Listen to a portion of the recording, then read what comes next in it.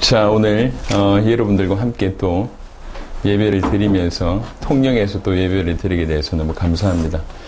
코로나를 통과하는 2, 3년간 그 예배를 섬기지 못했던 곳인데 또 오랜만에 우리 식구들과 함께 통영에서 예배 드리게 돼서 너무 감사합니다. 하나님께서 영광을 받으실 줄 믿습니다. 자, 오늘 우리 마태복음 19장 말씀입니다. 하나님께서 계속 마태복음을 계속 보게 하시는 것 같습니다. 16장부터 쭉 이어오는 중에 지난 주간에는 모델이라고 하는 제목으로 약간 이제 달리 좀 인도를 하시다가 다시 마태복음 19장으로 돌아오게 하셨습니다. 오늘 19장 16절부터 30절 말씀으로 내 이름을 위하여라고 하는 제목을 가지고 말씀을 나눌 것인데요. 오늘은 그냥 편안하게 읽어가면서 말씀을 좀 같이 드리고자 합니다. 요 본문에 있는 내용은 이제 마가복음에도 누가복음에도 언급이 돼서 한 번쯤은 다 이제 경험을 하셨던 그런 본문이라고 생각합니다. 마태복음 19장 16절에 어떤 사람이 주께 와서 이르되 선생님이여 내가 무슨 선한 일을 하여야 영생을 얻으리까 이렇게 질문을 했다고 합니다. 어떤 사람이, 자, 이 사람이 어떤 사람인지를 좀 살펴봐야지 조금 더 메시지가 깊이 있게 이해될 거라 생각해서요. 우리 마가복음 10장 한번 보겠습니다. 마가복음 10장. 동일한 요 사건에 대해서 마가복음은 이렇게 얘기하고 있습니다. 마가복음 10장 17절입니다. 마가복음 10장 17절 예수께서 길에 나가실새 한 사람이 달려와서 꿇어 앉아 묻자오되 선한 선생님이여 내가 무엇을 하여야 영생을 얻으리까 이렇게 얘기합니다. 이 어떤 사람인데 이 어떤 사람이 자세가 뭐냐면 예수님께 달려와서 꿇어 앉아서 질문을 했대요.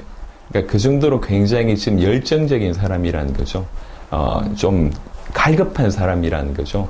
여러분이 길을 가는데 누군가 달려와서 제발 나에게 뭔가를 알려주세요. 이거 보통 아니지 않습니까? 근데 이제 이 어떤 사람은 적어도 이런 열심 있고 열정 있고 굉장히 갈급한 그런 인물이었던 것 같아요.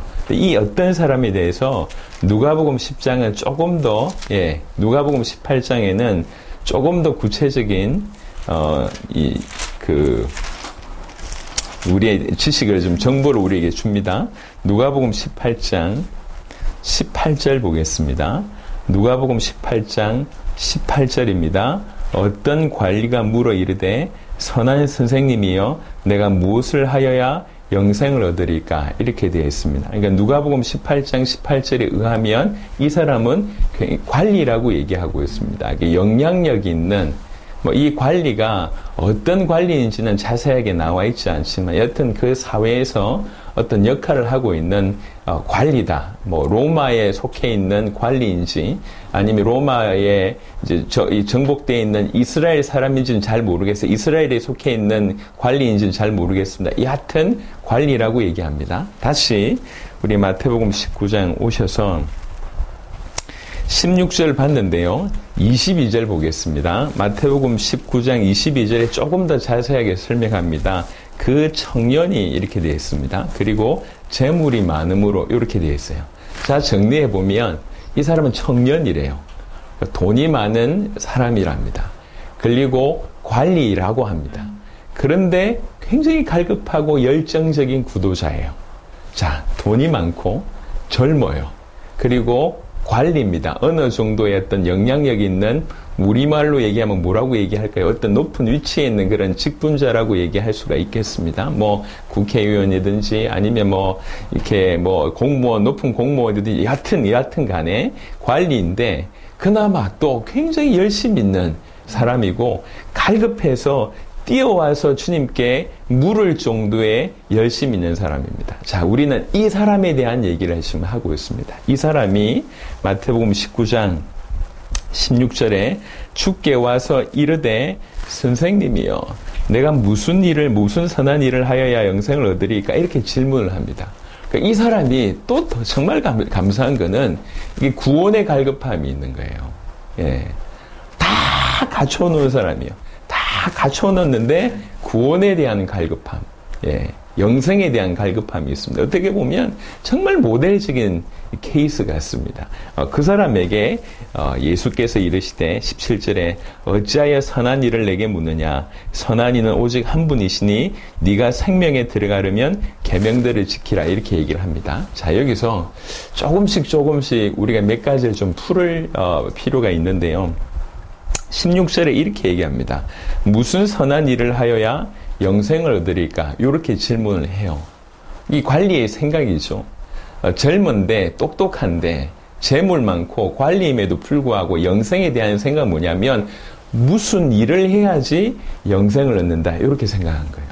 그러니까 선한 일을 하면 영생을 얻을 건데 그 선한 일이 뭐냐? 도대체 무슨 일을 해야 영생을 얻을 수 있냐라고 질문을 하고 있습니다. 여러분, 선한 일을 하면 영생을 얻을 수 있습니까? 의외로 이런 사상이 지난 수천 년간 정말 많은 사람들에게 심겨져 있습니다. 선한 일을 하면 구원받는다. 여러분, 이건 절대 성경적이지 않습니다. 선한 일을 해서 구원 얻을 수 있는, 선한 일을 해서 천국 갈 수 있는 것은 없습니다. 그러니까 우리 행위로 얻을 수 있는 천국은 일단 가치가 없어요. 예, 그럴 수가 없습니다. 그러니까 우리의 행동으로 절대로 천국을 얻을 수가 없습니다. 그런데 여전히 이런 생각들을 하고 있습니다. 교회 다니는 사람들도 적지 않게 이 생각을 하고 있습니다. 여러분, 오늘 생각을 정리하시길 바랍니다. 선한 일을 해야지 영생을 얻는 것이 아니라 선한 하나님을 만나야지 영생을 얻습니다. 아주 심플한 얘기지만 굉장한 깊이 있는 메시지입니다.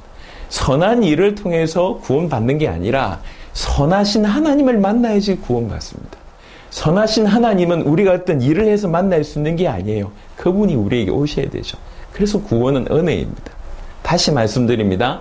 선한 일을 통해서 영생 얻을 수 없습니다. 선한 일을 통해서 생명 얻을 수 없습니다. 선한 일을 통해서 천국 갈 수 없습니다. 대신 선하신 하나님을 참으로 만나야지 영생 얻을 수 있습니다.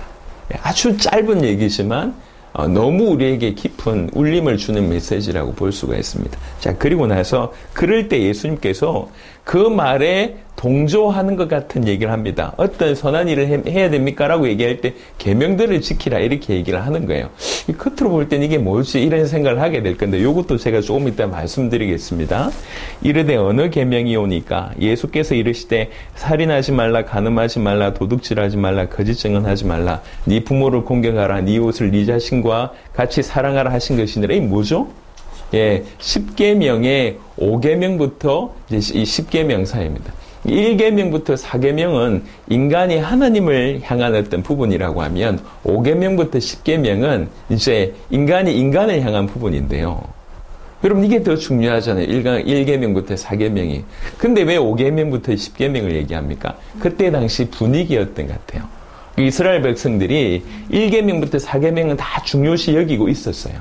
또 5계명부터 10계명은 별반 대수롭지 않게 생각하고 있었다는 거지. 그래서 별반 대수롭지 않은 이것까지 너희가 지켜야 된다라고 하는 부분으로 말씀을 지금 전한 것입니다. 여하튼 10계명에 대한 얘기를 이렇게 던진 것입니다. 그 청년이 이르되 이 모든 것을 내가 지켜 싸운즉 아직도 무엇이 부족하니까. 여러분, 이 질문에 대한 답을 하기 전에 계명을 지키면 구원받는가에 대한 질문을 한번 던져보고 싶습니다. 조금 전에는 제가 선한 일을 통해서 구원받을 수 있냐? 없다고 얘기했습니다. 그러면 계명들을 지키는 것도 선한 일을 행한 거잖아요. 계명들을 지키면 구원받을 수 있습니까? 여러분, 이제 요거를 여러분 잘 정리를 하셔야 됩니다. 제가 세 구절을 통해서 완벽하게 여러분들 이해될 수 있도록 얘기를 좀 드리도록 하겠습니다. 먼저는 레위기 18장을 한번 보겠습니다. 창세기, 출애굽기, 레위기 18장을 보겠습니다. 오늘 행위로 구원받을 수 있다라고 하는 생각들을 완전히 여러분 머릿속에서 완전히 지우신 은혜 있길 바랍니다. 레위기 18장 15절에 보시면 레위기 18장 15절입니다. 여기에는 이런 구절이 있습니다. 18장 5절입니다. 죄송합니다. 18장 5절입니다. 너희는 내 규례와 법도를 지키라. 사람이 이를 행하면 그로 말미암아 살리라. 나는 여호와이니라. 이렇게 되어 있습니다. 여기 보면 내 규례와 법도를 지켜라. 그러면 그로 말미암아 살리라. 이렇게 되어 있습니다. 그러니까 요 구절을 근거해서 계명지키면 구원 얻는다라고 되어 있습니다. 그런데 요 말은 맞아요. 계명을 지키면 구원받을 수 있습니다. 그런데 지킬 수 있냐는 거지. 우리가 이 계명들을 지킬 수 있냐라고 하는 어떤 부분에 인류 역사상 이 계명들을 완벽히 지킨 사람들이 없습니다. 근데 지킬 수 없는 계명을 왜 줬냐 이렇게 볼 수 있지 않습니까? 자, 그래서 두 번째 구절 보시도록 하겠습니다. 일단은 계명 지키면 구원 얻는다. 이게 맞습니다.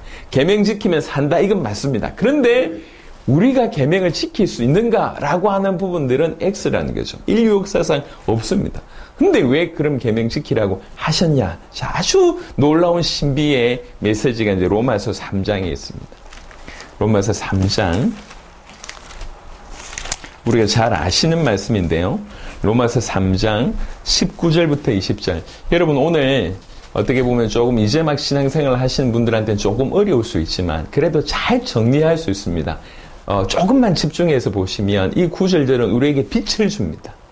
뭔가 착한 행실을 해서 구원받는 게 아니구나라고 하는 것에 아주 선명한 빛을 줍니다. 로마서 3장 19절 20절. 우리가 알거니와 로마서 3장 19절 20절. 무릇 율법이 다른 말로 계명이라고 볼 수 있습니다. 율법이 말하는 바는 율법 아래에 있는 자들에게 말하는 것이니 이는 모든 입을 막고 온 세상으로 하나님의 심판 아래에 있게 하려 함이라. 어렵죠? 통과합시다. 20절입니다. 그러므로 율법의 행위로 그의 앞에 의롭다 하심을 얻을 육체가 없나니 율법으로는 죄를 깨달음이니라. 우리에게 율법을 주신 계명을 주신 이유는 뭐냐면 계명 지키려고 계속 앞에 서면 설수록 내가 지킬 수 없는 죄인이구나 라고 한 것을 깨닫게 하기 위해서 율법을 줬다는 거예요.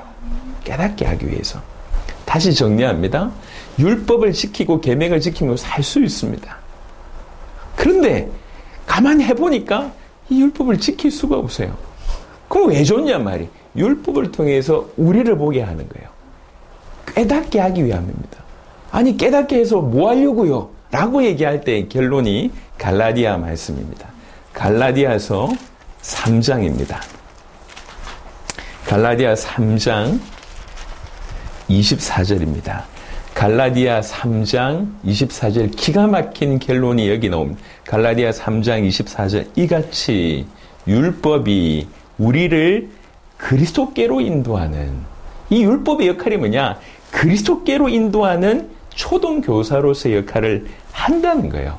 그래서 우리로 하여금 믿음으로 말미암아 의롭다함을 얻게 하려 한다는 것입니다. 자, 무슨 말이냐면 이 율법이 하는 역할이 뭐냐면 하나님이 율법을 주셔서 원래는 이 율법을 지키면 구원받을 수 있도록 허락하셨지만 우리 자체가 죄인이기 때문에 죄성을 가지고 있는 인간이기 때문에 지키려고 딱 서보니 우리가 이게 지킬 수 없다는 걸 알게 된다는 거죠. 우리가 죄인이라고 하는 사실을 알게 된다는 그때 뭘 하게 됐냐면 이 율법이 어디를 지목하고 있냐면 너희가 구원받을 수 있는 길이 있다는 거죠. 너희의 죄를 해결할 수 있는 길이 있다는 거죠. 어디로 끌고 가냐? 이 율법이 우리를 그리스도에게로 끌고 간다는 거예요. 그리스도를 통해서만 너희가 구원받을 수 있다고 율법이 얘기해 준다는 거예요. 율법이. 그러니까 율법의 역할이 요 역할입니다. 그리스도께로 인도하는 거예요. 그래서 그리스도를 통해서 믿음으로 말미암아 우리가 구원받을 수 있도록 하는 역할, 그게 율법의 역할입니다. 그래서 율법을 주신 것은 지키라 이것도 맞지만 실상은 이 율법은 지키라 했는데 너희 못 지켰지. 왜 그런 줄 아니? 너희가 죄인이기 때문에 그래. 너희 죄를 해결할 수 있는 것은 율법의 지킴으로가 아니라 이 율법이 지향하는 그리스도를 믿음으로만 너희 죄가 해결될 수 있다라고 이 율법이 얘기하고 있다는 거예요. 그래서 율법을 지킴으로, 즉 선을 행함으로 구원받을 수가 없고 이 율법을 지향하는 바 그리스도를 보고 그리스도를 믿고 이제 영접할 때 우리는 참으로 구원받습니다. 이게 성경이 얘기하고 있는 거예요. 성경이. 그래서 적지 않는 사람들이 여전히 뭔가 행위를 하지 못했기 때문에 내가 구원받지 못했지, 내가 헌금을 하지 못하니까 구원을 못 받고, 교회를 안 가니까 구원 못 받고. 여러분, 교회를 안 가서 구원받는 게 아닙니다. 여러분, 교회 가서 구원받는 게 아니라 엄밀하게 얘기하면 구원받은 사람이 교회를 가는 거예요. 사실은 이게 정상입니다. 그러니까 물론 교회 와서 구원받는 것도 많이 있어야 되지만 엄밀한 의미는 뭐냐면 구원받고 교회를 가야 돼요.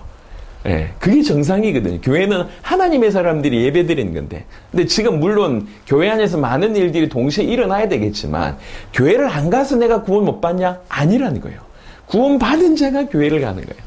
뭔가 행위를 못해서 구원 못 받냐? 아닙니다. 진실로 의미를 얘기하자면 구원받은 자가 참으로 올바른 행위를 할 수가 있어요. 구원받은 자가 선한 일을 행할 수 있고 구원받은 자가 율법을 지킬 수가 있다. 이렇게 보는 겁니다. 여튼 여러분 이제 복잡한 얘기 싹 없애고 하나만 기억하십시오. 율법으로, 다른 말로 선을 행함으로 구원받을 수 있냐? 없습니다. 율법을 우리에게 주신 것은 뭐냐면 너네 죄인 아니냐? 그걸 깨달으라는 거지. 우리가 죄인이라고 하는 사실을 깨달으면, 내가 죄인이라는 사실을 깨달으면 그 다음 액션을 취해야 될 거 아니에요. 여러분 이제 지난 주간에도 우리 성도 중에 한 명이 또 암에 걸렸다는 얘기를 제가 들었습니다. 여러분 분명히 암이 있었지만 모를 때와 알 때는 반응이 달라요. 이해되십니까? 여러분 죄인이라는 얘기는 다른 말로 뭐냐면 너 지옥 가, 그 얘기예요. 죄인이라는 얘기는 너 하나님이 심판받을 수밖에 없는 존재고 하나님의 심판이 네 머리 위에 있어, 그 얘기거든요. 내가 죄인이라는 사실이 진실로 깨달아질 때는 그래 나 죄인이야 이럴 수가 없어요. 예, 정말 하나님 보실 때 내가 죄인이라고 하는 사실이 발견되어지면, 내가 암이라고 하는 사실이 발견되어졌을 때 행동이 다른 것처럼 죄인이라는 사실이 발견되어질 때는 이걸 어떻게 해결할 수 있을까? 이것이 유일한 질문이 되는 것입니다. 그때 뭘 바라보게 되냐면 우리의 죄를 해결하신 그리스도를 바라보게 된다는 거죠. 이 역할을 율법이 한다는 겁니다. 율법. 그래서 폐일은 하고 선한 일을 통해서 구원받을 수가 없습니다. 율법 지켜서 구원에 이를 수 있는 인간 없습니다.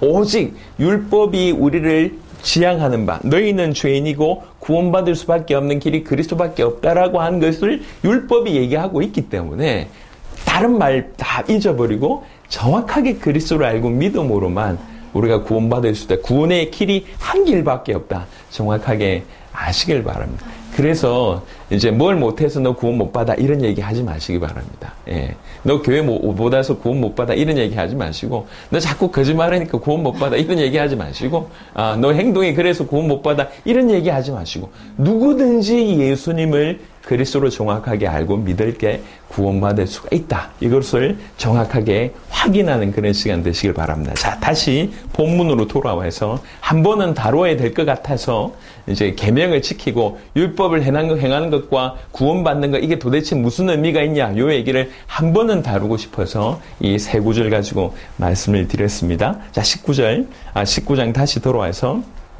계명 지켜라 라고 얘기하니까 20절에 그 청년이 이르되 이 모든 것을 내가 지켜 싸운 즉 아직도 무엇이 부족하니까, 이렇게 얘기합니다. 이 청년 대단하지 않습니까? 이거 다 지켰대요. 여러분, 살인하지 않을 수 있습니다. 간음하지 않을 수 있습니다. 도둑질 안 할 수 있습니다. 물론 일평생 도둑질 안 했을까? 의문이 좀 들긴 하지만 여튼 안 할 수 있고, 거짓증언, 이게 참 쉽지 않거든요. 거짓말, 여러분 이게 일상인데 안 했대요.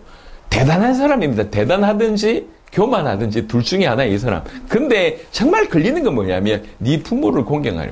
지가 부모 공격했대요. 지가 공격했으면 얼마나 했냔 말이에요. 그리고 더 기가 막힌 것은 네 이웃을 네 자신과 같이 사랑하라. 이거를 자기가 지켰대요. 좀 심각한 사람이다. 여하튼 그 정도로 자부심이 있는 사람이에요.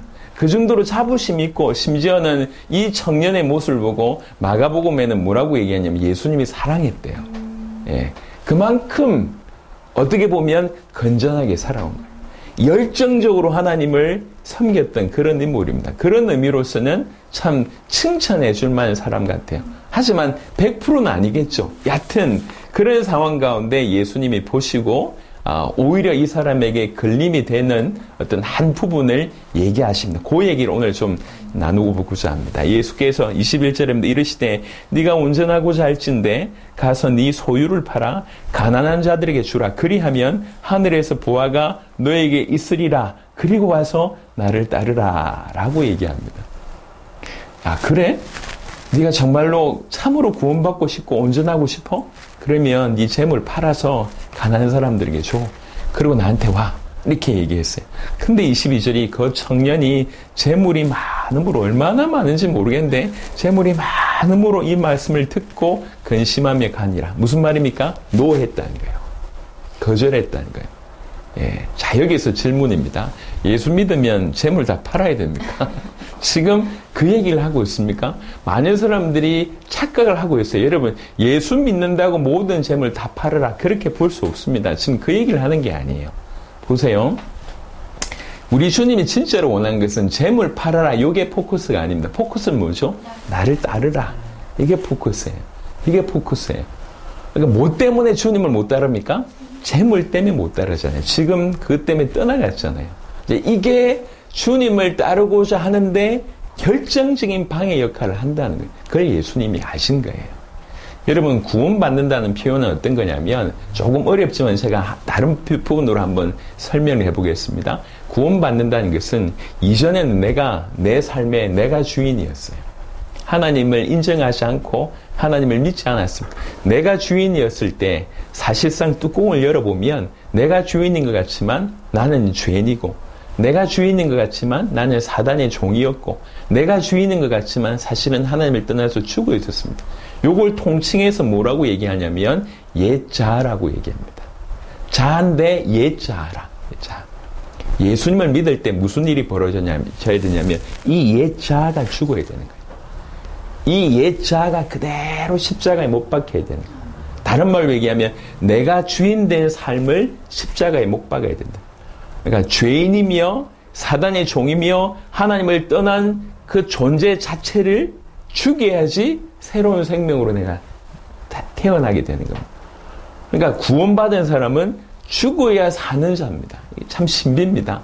옛 자가 죽고 새로운 삶은 뭐냐면 내 인생에 하나님이 주인이 되는 삶이에요. 내가 주인이 아니고 사단이 주인이 아니고 하나님이 주인 된 삶. 그럼 나는 내 모든 소유권을 내가 포기하고 그분에게 넘기는 거예요. 내 인생 주의 것입니다. 내 생각도 주의 것입니다. 내 영혼도 주의 것이고 내 소유도 주의 것이라고 인정하는 사람. 그래서 모든 것을 주님께 드림바 되는 사람. 이게 구원받은 사람이에요. 여러분, 이건 인간적으로 할 수가 없습니다. 여러분, 어떻게 눈에 보이지 않는 걸 위해서 눈에 보이는 모든 걸 드릴 수 있습니까? 쉽지 않습니다. 여러분, 지금 천국에 있는지 지옥에 있는지도 지금 믿겨지지 않는 판에, 하나님이 살아계신지 하나님 나라가 있는지 없는지도 믿겨지지 않는 판에 재물을 다 드리라. 이 누가 할 수 있겠냐 말. 근데 다른 말로 그게 믿겨져. 이게 전부가 아니라 영원한 하나님의 나라가 있고 암만 생각해봐도 하나님이 살아계시고, 근데 암만 생각해봐도 성경의 말이 진짜라고 하면 나는 너무나 하나님께 사랑받는 존재인데, 예수님을 대신 죽이면서 나를 살릴 만큼 내가 그렇게 소중한 존재인데 이게 진짜라고 믿겨지면 지금 내가 지고 있는 아웅다웅한 이것들이 정말 아무짝에 쓸모가 없다는 걸 알게 되고, 오히려 버리는 걸 넘어서서 이 모든 걸 통해서 어떻게 하면 주를 위해서 살까? 이렇게 된다는 거예요. 이해되시겠습니까? 그러니까 옛사람이 죽고 새사람이 사는 겁니다. 그 말은 더 이상 내 것이 아니고 내 주인이, 내 인생의 주인이 하나님이다라고 인정하는 일이 벌어지는 거예요.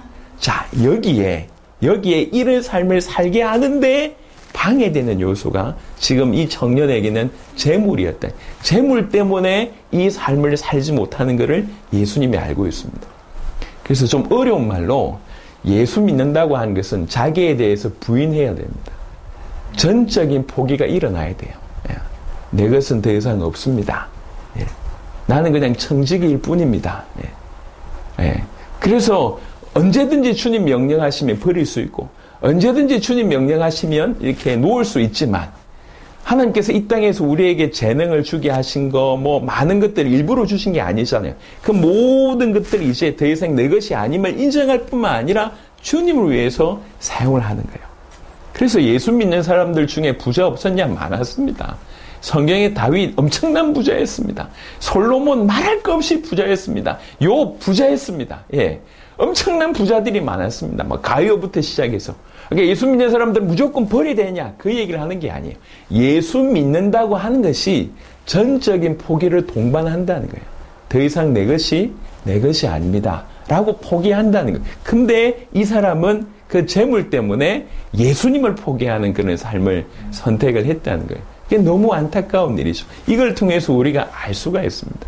진짜 예수 믿는다고 하는 것이 뭔 말인지. 그냥 그래서 예수라고 하는 이름을 내가 안다. 그 얘기가 아니에요. 그분이 2000년 전에 십자가에 지셨다. 그 지식을 알고 있다. 아닙니다. 내가 그분을 믿는데 별로 부담감이 없다. 그런 얘기가 아니에요. 더 이상 내 인생의 주인은 내가 아니다. 예수님이 감히 내 인생의 주인이 되셨다. 여러분, 아주 뛰어난 그 인물들이 많지 않습니까? 그 뛰어난 인물들을 여러분들이 만약에 상사로 모시고 있다. 얼마나 좋은 일입니까? 그 일이. 얼마나 많이 배우냐면 마찬가지입니다. 더 이상 내가 내 인생의 주인이 아니라 천지를 주관하신 하나님이 내 인생의 주인이 되신다. 전부 다 이게 얼마나 어마어마한 얘기입니까? 그러니까 그 사실을 그대로 받아들인 이게 구원받은 자의 삶이 되는 거예요. 자, 다시 말씀드립니다. 예수 믿는 사람들은 소유를 없애야 되냐? 그렇지 않습니다. 지금 부자 청년에게 그 소유가 예수님을 따르는데 결정적인 방해가 되기 때문에 예수님께서 이 요구를 하신 것입니다. 이 요구를 하신 건 뭐냐면 너 자신을 포기해라. 전적으로 포기하라. 네 옛자를 죽여라. 그래야지 내가 주인 되는 새로운 삶을 살 수 있다라고 얘기하셨는데 이 재물 많은 청년은 노한 겁니다. 우리도 마찬가지입니다. 우리도. 여러분들이 무엇이든지 여러분에게 많은 좋은 것들을 주셨습니다. 혹 그것 때문에 예수님을 정말 여러분의 주인으로 모셔드리는 일이 없게 된다고 하면 그게 여러분을 죄송합니다. 지옥으로 끌고 가는 그런 역할을 한다는 거죠. 예. 그래서 주님 부르실 때 우리가 냉큼 나는 주님의 종입니다. 주님이 내 인생의 주인 되어 주신다고 하는 것처럼 기쁜 소식이 없습니다. 감사합니다라고 얘기하면서 우리가 주님을 주인으로 모시면서 우리 자신인 것을 다 내려놓으면 이제 우리 주님이 그 이후에 우리가 가지고 있는 많은 것들을 활용하십니다. 우리가 있는 경제를 활용하시고 우리의 재능을 활용하시고 우리가 가지고 있는 많은 것들을 그때 활용하십니다. 하지만 이런 과정은 반드시 있어야 됩니다. 더 이상 내가 내 것이 아닙니다. 주님의 것입니다. 라고 하는 전적인 포기, 옛자를 죽이는 이런 일들이 일어나야 된다고 하는 것이죠. 자, 그리고 나서 이런 얘기를 합니다. 그 청년이 재물이 많음으로 이 말씀을 듣고 근심함이 가니라. 예수께서 제자들에게 이르시되 내가 진실로 너에게 이르노니 부자는 천국에 들어가기가 어려우니라. 다시 너에게 말하노니 낙타가 바늘귀로 들어간 것이 부자가 하나님 나라에 들어가는 것보다 쉬우니라 하시니라. 왜 부자가 하나님 나라에 들어가기 어렵다고 얘기합니까? 예, 이 부를 하나님으로 섬기기 때문에 그래요. 부유한 것 때문에 하나님을 믿지 못하고 부유한 것을 때문에 하나님을 자기 주인으로 섬기지 못하기 때문에 그래요. 돈이 자기의 하나님 되기 때문에 그렇습니다. 그래서 여러분 정말 부유하면서 하나님을 제대로 섬기는 사람, 하나님을 위해서 부요를 쓸 줄 아는 사람처럼 칭찬받는 사람, 아주 그런 특별한 사람은 진짜 은혜 중에 은혜예요. 전부 돈에 사로잡혀가지고 하나님을 바라보지 못하는데 오히려 주와 복음을 위해서 이 부를 이용하는 사람, 특별한 부자 중에 천국 들어간 사람 별로 없다고 하는데 그럼에도 불구하고 그런 희귀한 중에도 오히려 하나님 나라와 복음을 위해서 부를 이용한다. 너무 주님 보실 때 귀중한 사람이라 볼 수가 있습니다. 자, 그런데 반응을 한번 보세요. 제자들이 듣고 몹시 놀라 이르되 그렇다면 누가 구원을 얻을 수 있으리까? 제자들의 반응은 그러면 부자들도 구원 못 받으면 우리 같은 사람 구원받을 수 있겠습니까? 요 얘기를 하는 거예요. 이게 무슨 얘기냐면 이스라엘의 배경을 조금 이해하면 여러분이 좀 도움이 될 것 같아요. 무슨 말이냐면 이스라엘의 배경 가운데 특별히 그 지혜 사상들 가운데는 이런 배경이 있습니다. 부자는 하나님께 복을 받은 자다. 가난한 자는 하나님께 저주를 받은 자다. 이런 개념이 깔려 있어요. 예. 이게 깔려 있습니다. 그게 이제 성경 여러 구절 있는데 그 중에 한 예만 들면 우리가 잘 아는 욥이라고 하는 사람이 대단한 부자였습니다. 그러다가 이제 시험을 하잖아요. 이 사단이 시험을 하고 하나님이 허락하셨잖아요. 하루아침에 재산을 모두 잃어버리고 가정이 다 이렇게 자녀들이 다 죽고 와이프도 자기를 버리고 본인은 질병 가운데 있게 됐을 때 친구들이 찾아와서 한결같이 너 저주받았다. 너 우리 모르게 하나님 제대로 못 섬겼지. 이렇게 막 이 책망하는 장면이 나옵니다. 욥기 한번 보겠습니다. 직접 여러분 눈으로 확인시켜 드릴 수 있도록 욥기 5장을 한번 보겠습니다. 구약 성경에 욥이라고 써 있습니다. 욥기 5장입니다.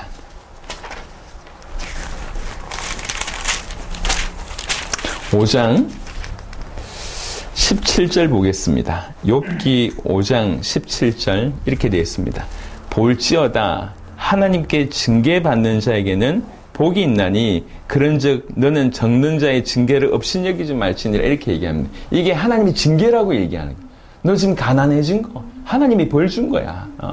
왜 이 하나님 똑바로 못 섬겨가지고 벌 받았어? 그러니까 가난이 질병이 하나님의 저주이고 징계이고 부자는 뭐냐면 하나님께 복을 받았다. 이렇게 이제 보는 사상이 그때 당시에 지혜 사상이었어요. 그러니까 이제 기가 막히죠. 잠언 19장 한번 보겠습니다. 욥기 다음에 시편 다음에 잠언이 있습니다. 잠언 19장 7절 한 구절만 보겠습니다. 잠언 19장 7절 이렇게 되어 있습니다. 가난한 자는 그의 형제들에게도 미움을 받거든 하물며 친구야 그를 멀리하지 아니하겠느냐. 따라가면 말하려 할지라도 그들이 없어졌으리니. 가난하면 형제들한테도 미움되고 친구들도 멀리하지 않냐. 이게 지금 실제로 일어나는 일이잖아요. 그러니까 이 이스라엘 백성들한테는 가난은 그냥 불편함이 아니에요. 가난은 부끄러움이고 멸시입니다.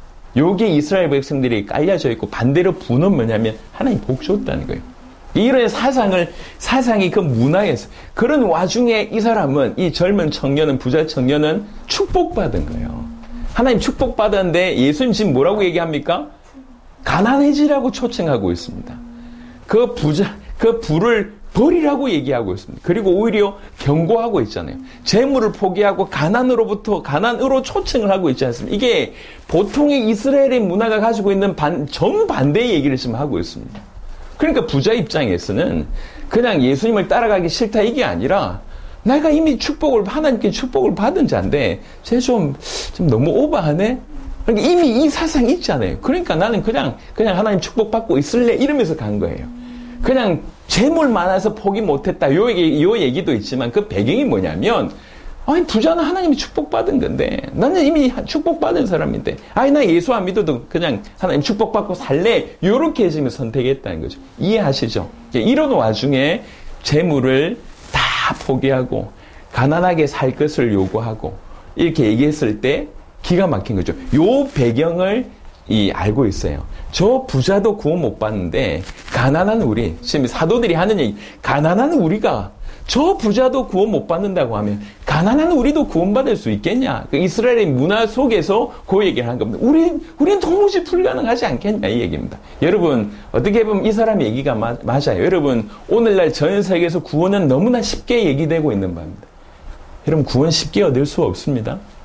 일평생 여러분이 영원히 살아서 영원히 착한 행동을 한다 할지라도 구원 못 받습니다, 여러분. 예. 우리의 노력으로 구원받을 수 있는 게 이 땅에 없습니다. 영원히 산다 할지라도. 구원은 뭐냐면 하나님이 우리에게 오셔야 돼요. 우리 마음속에서 역사하셔서 그 하나님을 믿어지게 하셔야지 그 예수님이 내 모든 죄를 진실로 대신 짊어지신 분이시라고 한 것이 내가 믿어지고, 내가 그분을 믿으면 내 모든 죄가 해결된다고 믿어지고, 내가 그분을 믿으면 하나님을 진실로 만나서 화목할 수 있다고 믿어지고, 내가 그분을 믿으면 영원한 천국의 백성이 된다고 믿어지는 것은 우리에게 없는 마음이 하나님이 나에게 찾아오셔서 내 마음을 움직이실 때 가능한 일입니다. 이 대단한 일이에요. 제가 이제 좀 칭찬을 해드리고 싶은데, 우리 새로 연결된 친구들 중에 아주 전도를 잘하시는 분들이 계세요. 예. 몸에 부처 문신이 있대요. 몸에 부처 문신. 그렇게 열심히 살았던 친구인데 요즘에 이게 부처 문신 보여주면서 이게 다 쓸데없는 거라면서 다 예수님 믿어야 된다면서 이렇게 전도하는 분들이 있대요. 우리 멤버들 중에 그 얘기 들으면서 얼마나 좋은지. 배에 있다네 부처 문신이. 그래서 여자들은 못 보여주고 남자들한테 까가지고 보여주면서 팔아 막. 이거 다 쓸데없는 거다. 예수 믿어야 된다. 이렇게 얘기한다네. 이야 얼마나 좋습니까? 여러분 좀 늦게 신앙생활해도 괜찮습니다. 얼마나 하나님 기뻐하시겠어요. 믿어지지 않으면 그렇게 얘기할 수 있겠습니까? 그 행실을 볼 때는 앞으로 부족한 게 여전히 많을지라도 여러분 얼마나 주님 기뻐하시는 일이냐 말이에요. 믿어져서 예수님으로 말미암아 내가 구원받았다 믿어져서 그러니까 너도 구원받아야 되지 않냐. 대단하게 신학적인 얘기는 못해도 깊은 신앙적인 얘기는 못해도 야 봐라 이거 아무 쓰잘데기 없다. 예수 믿어야지 구원받는다. 야 와가지고 이제 예배 드려 이런 식으로 전도한다는 얘기를 제가 이제 조금 간증을 들었는데 이렇게 전에 들었습니다. 제가 너무 마음이 흐뭇한 거 있죠. 그렇죠? 그게 진짜 아닙니까? 여러분 암만 우리 일평생 노력한다고 해도 우리 구원 못 받습니다. 구원은 어려운 얘기예요. 근데 하나님으로만 가능한 일인데 그래서 한편으로는 너무나 불가능한 일이지만 하나님 하시면 너무나 간단한 일이에요. 그 얘기를 지금 다시 우리 마태복음 19장 돌아가 보시면 이 제자들이 이렇게 얘기하고 있을 때 26절에 예수께서 그들을 보시며 이르시되 사람으로는 할 수 없으네 하나님으로서는 다 하실 수 있느니라. 구원은 하나님이 하셔야 되는 거예요. 여러분들이 지금 믿어져서 이 자리에 예배드리고 있다. 이게 아주 긍정적인 지금 얘기예요. 여러분에게 구원이 이미 임했거나 구원이 상당히 가깝다고 볼 수가 있습니다. 그래서 행위로 접근하지 마시고 정말 하나님께 은혜 주셔서 믿어지게 해달라고 더욱 은혜를 이제 구하시기를 바랍니다. 그러니까 27절에 이에 베드로가 대답하여 이르되 보소서 우리가 모든 것을 버리고 주를 따라 싸운즉 그런즉 우리가 무엇을 하리까지. 여러분 이 베드로는 그때 당시로 우리가 들어가 보면 이 청년은 젊을 때 부자고 관리이고 아주 열심적으로 율법을 잘 지켰던 우리말로 얘기하자면 저 최상류층에 있는데 아주 또 이 독실한 어떤 신앙을 가지고 있고 이 베드로는 대부분 어부입니다. 제가 말씀드렸잖아요. 그때 당시에 직업 종류가 많았지만 그 직업을 군으로 나눌 때 33군 정도로 나눈대요. 그 분류를 나누면 그 중에 가장 어부는 뭐냐면 33등급 중에 30등급이에요. 지금도 좀 그렇지만 그때 당시 어부는 정말 못 사는 사람들이 대표격인 사람들이에요. 올바로 배웠겠습니까? 얘기했지 않습니까? 베드로를 뭐라고 얘기하면 사도행전에 제가 학문을 배운 적이 없는데 어떻게 저렇게 기탄 없이 말하냐. 그게 이제 유대 공예에서 바리새인들이 하는 얘기예요. 제가 배운 적이 없는 놈인데 어째 저렇게 말을 잘하지? 제가 배운 적이 없는 얘기인데 어떻게 저렇게 성경을 통해서 이렇게 메시지를 잘 전하지? 이렇게 얘기합니다. 깜짝 놀라잖아요. 배운 것도 없지 그냥 어부 출신이지 이런데 예수님을 딱 보는 순간 자기 모든 인생을 그대로 내려놓고 그분을 따릅니다. 기가 막히죠? 이게 베드로의 인생입니다. 그러니까 그 얘기입니다. 우리가 다 따랐는데 이렇게 다 했는데 우리에게 어떤 일이 벌어지겠습니까? 어떤 복을 받겠습니까? 라고 얘기할 때에 28절에 예수께서 이르시되 내가 진실로 너에게 이르노니 세상이 새롭게 되어 여러분 틀림없이 이런 날이 옵니다. 세상이 새롭게 되는 날이 옵니다. 새하늘과 새 땅이 옵니다. 여러분 신천지라는 말은 나쁜 말이 아니에요. 나쁜 사람들이 잘못 사용하는 언어입니다. 신천지 새하늘과 새 땅 반드시 임합니다. 새하늘과 새 땅이 세상이 새롭게 되어 인자가 예수님이 자기 영광의 보좌에 앉을 때 이 영광의 보좌 자체가 영광의 보좌고 이 보좌에서는 보좌에 앉으셨다는 얘기는 심판하신다고 하는 표현입니다. 심판주로 앉으신다는 거예요. 그때 나를 따르는 너희도 12 보좌에 앉아 이스라엘 12지파를 심판하리라. 여러분 이게 어떤 의미인지는 자세하게 설명드리지 않는다 할지라도 우리가 자세하게 모릅니다. 하지만 얼마나 큰 복인지는 조금 알 수 있지 않을까 생각합니다. 예수님과 함께 심판할 수 있는 정확하게 예수님의 심판을 보조할 수 있는 입장까지 우리가 선다는 거예요. 그러니까 예수님을 위해서 자기 인생을 드린 것이 얼마나 큰 복인지 예수님이 직접 당신 입을 열어서 얘기했어요. 이 이후에 나오는 어떤 것보다 이게 중요합니다. 보좌에 앉아서 같이 심판할 수 있는 축복이라고 얘기한 예수님을 위하여 모든 것을 버리고 오직 주를 위해서 섬기는 것이 그걸로 말미암아 따라오는 보상, 아니면 따라오는 어떤 축복, 이 어떤 받는 상급, 이건 비교할 수가 없습니다. 그럼 사모하시길 바랍니다. 할 수만 있다면 바로 이것을 사모하시길 바랍니다. 우리가 이렇게 되기를 바랍니다. 우리 모두가. 여러분, 그냥 천국이 있다 땡, 그게 아니라니까. 그 영원한 천국에서 얼만큼의 상급이 있는지는 이 땅에서 우리가 어떻게 살았는지에 따라서 달려 있습니다. 예수님이 직접 하신 말씀입니다. 우리가 이해할 수 있는 부분이. 그래놓고 29절에 이걸 풀어내는 거예요. 내 이름을 위하여 집이나 형제나 자매나 부모나 자식이나 전토를 벌인 자마다 여러 배를 받고 또 영생을 상속하리라. 이렇게 되어 있습니다. 여러 배를 받고 영생을 상속하리라. 자, 보세요. 요 구절이 중요하기 때문에 같이 보겠습니다. 마가복음 10장.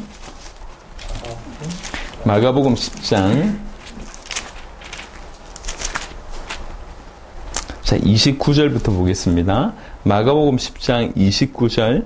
예수께서 이르시되 내가 진실로 너에게 이르노니 나와 복음을 위하여, 아까는 내 이름을 위하여 이렇게 돼 있잖아요. 예, 그거를 달리 푸른 게 나를 위하여, 복음을 위하여, 요 얘기입니다. 나와 복음을 위하여 집이나 형제나 자매나 어머니나 아버지나 자식이나 전토를 벌인 자는 현세에 있어 집과 형제와 자매와 어머니와 자식과 전토를 100배나 받되 박해를 겸하여 받고 내세의 영생을 받지 못할 자가 없느니라. 내세에도 영생을 얻을 뿐만 아니라 이 땅에서도 복이 이렇게 된다.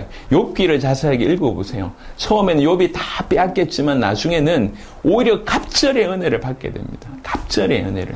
그러니까 실제로 이 땅에서도 예수 믿는 사람들은 모든 소유를 버려야 된다. 그게 아니에요. 오히려 주와 복음을 위해서 모든 것을 드렸을 때 우리 주님께서 이렇게 갚으신 것을 보게 됩니다.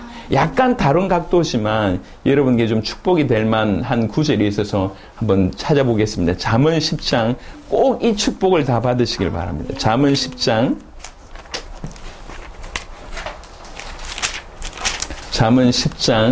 22절입니다.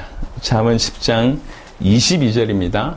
여호와께서 주시는 복은, 잠언 10장 22절, 여호와께서 주시는 복은 사람을 부하게 하고 근심을 겸하여 주지 아니하시느니라.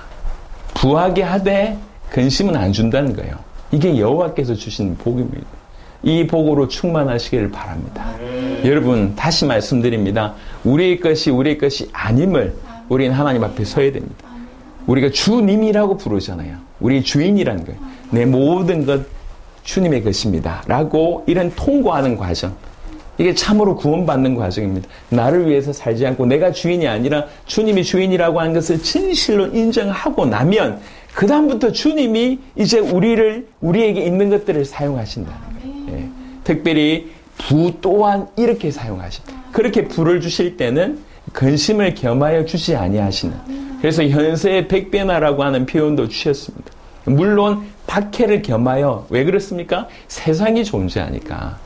세상이 지금 악한 자 안에 소환 안에 있기 때문에 아주 많은 어려움과 공격이 있다고도 볼 수가 있습니다. 하지만 그럼에도 불구하고 근심을 겸하여 주지 않습니다. 박해를 받지만 근심하지 않는 참으로 신비한 그런 삶을 살게 된다는 것이죠. 다시 시간이 많이 갔으니 우리 마태복음 19장, 자, 오늘의 제목입니다. 내 이름을 위하여. 여러분, 이게 참 신비한 겁니다. 참 중요한 겁니다. 여러분, 주님의 이름이 얼만큼 커 보여야지 주님의 이름을 위해서 집을 내놓을 수가 있습니까? 형제와 자매를 내놓을 수 있습니까? 이 전통 본문에 보니까 이 부모 다음에는, 어떤 본문에는 부모 다음에 아내나 이렇게 되어 있습니다. 아내나. 예. 그러니까 이제, 형제를 버리고 자매를 버리고 부모를 버리고 부부 남편을 버리고 아내를 버리고 자식을 버리고 전토를 버릴 수가 있겠습니까? 누가 이게 정상적인 사람이 이게 가능하냐 말이에요. 그러니까 하나님께서 우리의 눈을 뜨게 하셔서 보게 하셔서 하나님과 영원한 하나님의 나라를 깨닫게 하시고 그분을 위해서 사는 것이 얼마나 중요한지, 내 이름을 위하여, 마가복음에는 나와 복음을 위하여 이렇게 되어 있고요. 누가복음에는 뭐라고 얘기하냐면 하나님 나라를 위하여 이렇게 되어 있어요.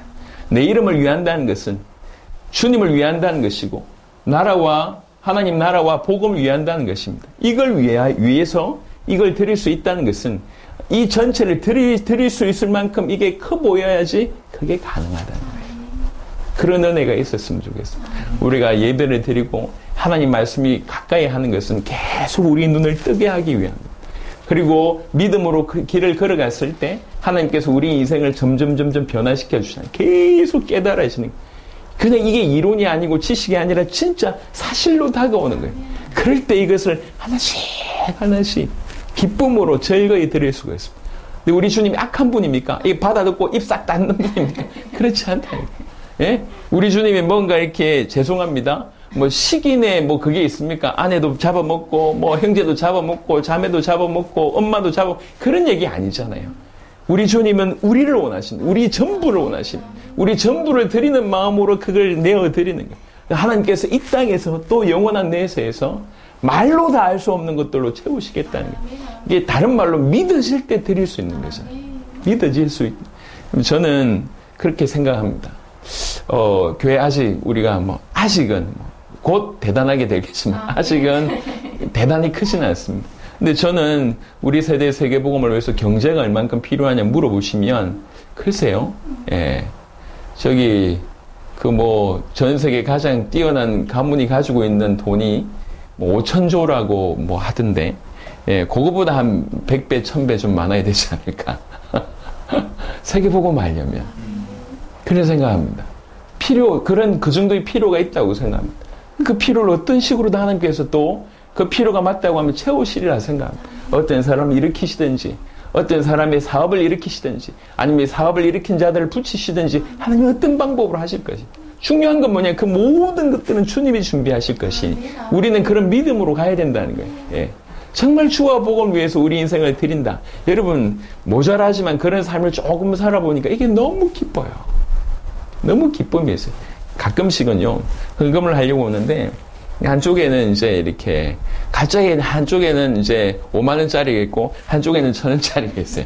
중간에 있으면 좋겠는데, 중간이 없어. 그러면 1000원을 드릴까, 5만원을 드릴까, 이렇게 고민할 때 있지 않습니까? 여러분, 기쁨으로 5만원을 드려보세요. 얼마나 기쁜지. 없어도 그거 다 해결합니다. 지금 헌금하라고 하는 얘기 아닙니다. 그렇게 우습게 듣지 마시고, 예를 드린 겁니다. 여러분은 전부를 한번 드려보세요. 그때 주시는 기쁨이요. 말로 다 할 수가 없어요. 여러분, 사람이 조금, 이제 청소년들을 좀 이렇게 올바로 돌릴 때 하는 방법 중에 하나가 뭐냐면 좀 실수하거나 죄를 범한 청소년들을 불쌍한 데 가서 봉사하게 합니다. 할머니들, 이렇게 장애인들 가서 돕게 합니다. 도우면서 아는 거죠. 나도 이럴 수 있구나. 그러니까 돕는 중에 주시는 기쁨, 이런 걸 경험하면서 바뀌는 일이 많은 거예요. 하물며 사람을 도울 때도 그런 기쁨이 있는데, 우리가 영원하신 하나님 나라를 위하여 세상 모든 사람들이 도무지 할 수 없는 것들을 위해서 헌신한다. 이게 얼마나 큰 기쁨인지 몰라요. 여러분, 종교개혁을 했던 루트라고 하는 사람이 이렇게 얘기했습니다. 사람에게는 3가지 핵심이 있대요. 예, 3가지 핵심. 하나는 뭐냐? 중심의 핵심이 있대요. 두 번째 뭐냐? 정신의 핵심이 있대요. 세 번째 뭐냐? 돈 지갑의 핵심이 있대요. 진짜로 핵심하면 돈 쓰는 게 다른다는 거예요. 돈 쓰는 게. 주와 복음을 위해서 가지고 있는 어떤 물질을 드릴 수 있는 그런 삶으로 바뀐다는 거예요. 이게 기쁨입니다. 여러분, 오늘날 최고가 돈으로 여기지 않습니까? 근데 그 최고라고 여겨지는 것을 어떻게 사용할 수 있냐? 이거는 그 사람이 어떤 마음이냐? 이것을 반영하는 거기 때문에 그런 것입니다. 여러분, 오늘 우리는 부자 청년의 재물 많음으로 영원한 생명을 포기하는 정말 말로 할 수 없는 그런 비참한 현장을 우리가 목격합니다. 그러면서 우리 주님께서 우리에게 말씀드립니다. 다른 말로 당신의 이름을 위하여 모든 것을 드린 자에게 어떤 복이 있는지, 너희가 나와 같이 보좌에 앉아서 다 심판할 거다. 이건 우리가 상상할 수 없는 축복입니다. 예. 또 이거하고는 비교 안 되지만 이 땅에서도 복을 받고 또 영원한 내세의 축복을 받을 거라고 또 얘기합니다. 그래 놓고 마지막 결론은 이렇게 나옵니다. 그러나 먼저 된 자로서 나중되고 나중된 자로서 먼저 될 자가 많으니라 라고 얘기합니다. 여러분, 참 아쉬운 일입니다. 교회 연수가 그게 중요하지 않습니다. 지금 어떻게 믿느냐가 중요합니다. 이런 일이 없으면 좋겠지만 이런 일이 많이 생긴다는 게 우리에게 많은 생각을 하게 됩니다. 그래서 우리는 끝까지 주님께서 기뻐하시는 그런 신앙생활 했으면 좋겠습니다. 다시 말씀드립니다. 세상에 대하여 부한 자가 아니라 하나님께 대하여 부한 자가 되시길 바랍니다. 재물 때문에 하나님을 버리지 말고 정말 하나님을 위하여 여러분이 가지고 있는 모든 것들을 그대로 드릴 줄 아는, 그때 하나님께서 채우시는 것을 경험하시기를 그리스도 예수 이름으로 축원합니다. 살아계신 주님 감사합니다. 이 시간에도 귀중한 은혜를 베풀어 주셔서 주님의 말씀을 알게 하심을 감사합니다. 내 이름을 위하여, 주와 복음을 위하여, 하나님 나라를 위하여, 이것이 너무나 크고 놀랍고 너무너무 존귀하고 너무너무 귀하여서 눈에 보이는 모든 것을 드릴 수밖에 없을 정도의 그런 은혜를 우리 모두에게 허락하여 주옵소서. 그리고 말씀하신 대로 주의 이름을 위하여 살아갈 때 조금씩 드리고 조금씩 순종하고 조금씩 헌신할 때 주시는 그 측량할 수 없는 행복으로 우리 모든 복음 가득한 교회 식구들이 그 행복으로 넘칠 수 있도록 역사하여 주시옵소서. 감사를 드렸고 우리 주 예수 그리스도의 이름으로 기도드렸습니다. 아멘.